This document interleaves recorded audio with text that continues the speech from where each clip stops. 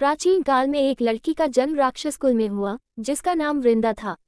दैत्यराज कालनेमी जैसे राक्षस परिवार में पैदा होने के बाद भी वृंदा भगवान विष्णु की पूजा करती थी। जब वृंदा बड़ी हुई तो उसकी शादी जलंधर नामक दैत्य से हो गई। जलंधर काफी शक्तिशाली राक्षस था, जिसका जन्म भगवान शिव के तेज के कारण समुद्र से हुआ था। बलवान होने के कारण जलंधर को दैत्यों का राजा बनाया गया। वृंदा से शादी करने के बाद जलंधर की शक्ति और पराक्रम बढ़ता ही गया। उसे किसी भी तरह से हराना मुश्किल था। जलंधर के बढ़ते अहंकार व आतंक से सभी देवता परेशान थे। जलंधर की बढ़ती ताकत के पीछे उसकी पत्नी वृंदा की विष्णु भक्ति और सतीत्व था। होते होते जलंधर अपनी शक्ति और अहंकार में चूर होकर स्वर्ग की देवियों पर काबू पाने की कोशिश करने लगा। इसी दौरान एक बार उसने माता लक्ष्मी को पाने का प्रयास किया, परंतु समुद्र से जन्म लेने के कारण माता लक्ष्मी ने उसे अपना भाई बना लिया। फिर उसकी नज़र माता पार्वती पर गई और उन्हें पाने के लिए जलंधर ने मायाजाल बनाया।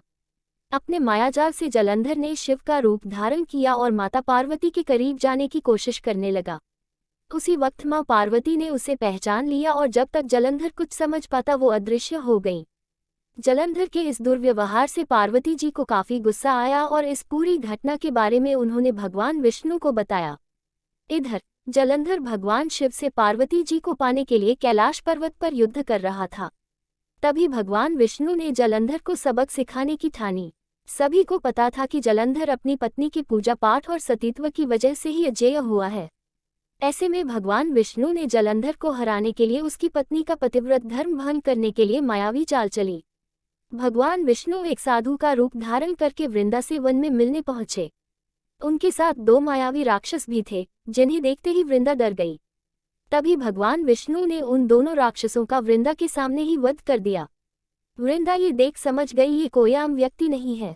उसी पल वृंदा ने साधु से अपने पति के बारे में पूछा। साधु बने भगवान ने अपनी मायाशक्ति से दो बंदर प्रकट किए। दोनों बंदरों के हाथों में जलंधर का सिर व धड़ था। ये देखते ही वृंदा बेहोश हो गई।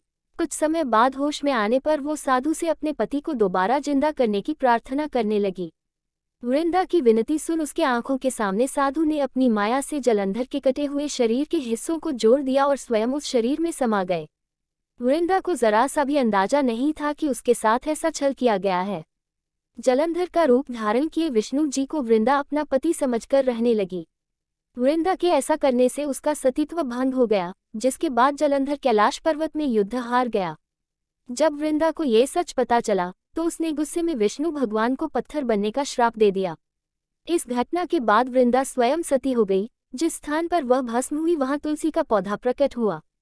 विष्णु भगवान वृंदा की पति भक्ति से प्रसन्न हुए और उन्होंने कहा, हे वृंदा, तुम्हारी पति भक्ति देखने के बाद तुम मुझे प्रिय लगने लगी हो। अब सदैव तुम मेरे साथ तुलसी के रूप में रहोगी। तुम्हारे तुलसी रूप का जो भी व्यक्ति मेरे शालिग्राम के साथ विवाह कराएगा उसे 1000 गुना यश व पुण्य प्राप्त होगा। जिस भी मनुष्य के घर तुलसी का वास होगा उस घर में कभी भी असमय यमदूत नहीं आएंगे। आगे भगवान ने कहा, तुलसी के पौधे की पूजा करने वालों को गंगा व नर्मदा में स्नान करने के बराबर पुण्य प्राप्त होगा। संसार में चाहे कोई भी मनुष्य कितना भी दुष्ट क्यों न हो, कितने भी पाप क्यों न किए हों, मृत्यु के दौरान उसके मुंह में तुलसी और गंगाजल अवश्य दिया जाएगा। इससे वह अपने पापों से मुक्त होकर वैकुंठ धाम जाएगा। इसके अलावा जो व्यक्ति तुलसी व आंवला के पेड़ की छाया में पितरों का श्राद्ध करेगा उसके पितरों को मोक्ष मिलेगा। कहानी से सीख, छल, कपट या फिर अपनी शक्ति का दुरुपयोग करने वाले व्यक्ति का विनाश होना तय है।